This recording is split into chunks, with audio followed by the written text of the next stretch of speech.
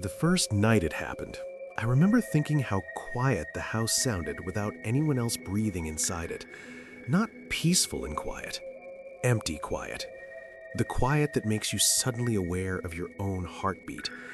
I had been home alone dozens of times before, so at first, nothing felt unusual.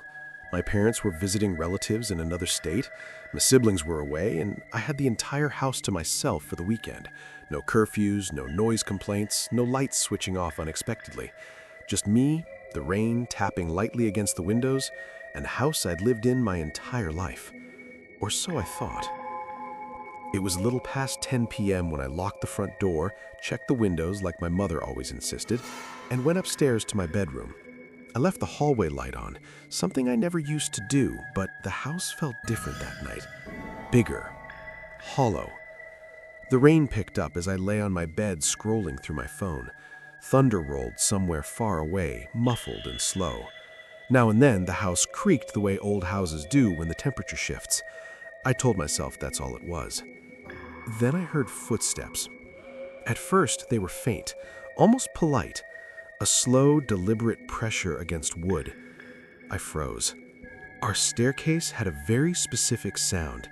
Each step groaned slightly toward the center. I'd known that sound since childhood.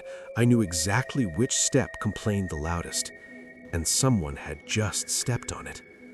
I held my breath, listening. Nothing. A few seconds passed, and I laughed quietly at myself. Old houses make noise. Pipes shift, floors expand. I rolled onto my side and stared at the glow of my phone. That's when the footsteps continued. One step, then another. Slow, heavy, careful. Not the hurried shuffle of someone moving naturally, but the cautious movement of someone trying not to be heard. My mouth went dry. I muted my phone and sat up, listening harder than I ever had in my life. The sound wasn't above me. It wasn't outside. It was downstairs, in the hallway. I whispered, "Hello?" before I could stop myself. My voice sounded wrong, thin and small, swallowed by the house. No response. The footsteps stopped.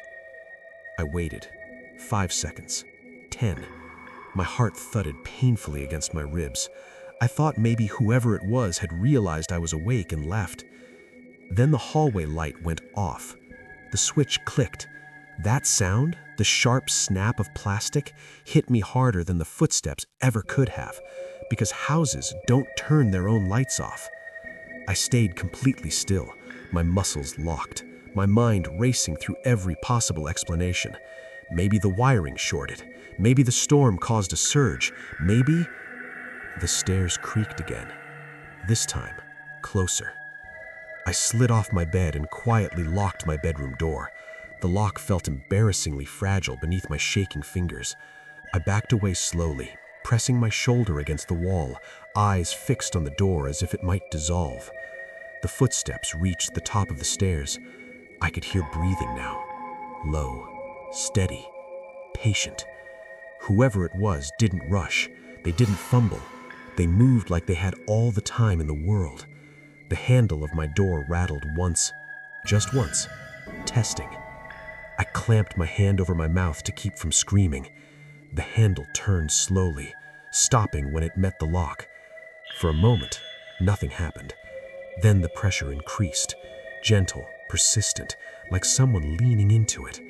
The door didn't open. I waited for panic, for violence, for the door to be kicked in. Instead, the pressure stopped. Footsteps moved away from my door, down the hallway. My phone buzzed in my hand, nearly making me drop it. A message from my mom. "Did you lock up for the night?" My fingers trembled as I typed back, "Someone is in the house." The 3 dots appeared immediately. Before she could reply, something scraped against the wall outside my room. Slow, dragging, like fingernails. I slid down to the floor, pulling my knees to my chest, listening as the sound passed my door, traveled down the hallway and descended the stairs again. The front door opened, then closed. Silence returned to the house, heavier than before. I stayed on that floor until morning. When sunlight finally filled my room, I unlocked the door and crept downstairs. Nothing was broken, nothing stolen. Every window is still locked, every door is secure, except for the hallway light. It was on again. Later that day, when my parents came home early after I begged them to, my father checked the security system logs. There had been no alerts, no forced entries, but there was something else. At 9:58 p.m., the system recorded a manual disarm from inside the house. The code used was not mine. It wasn't my parents'. It wasn't anyone in our family. And whoever entered never triggered the alarm again.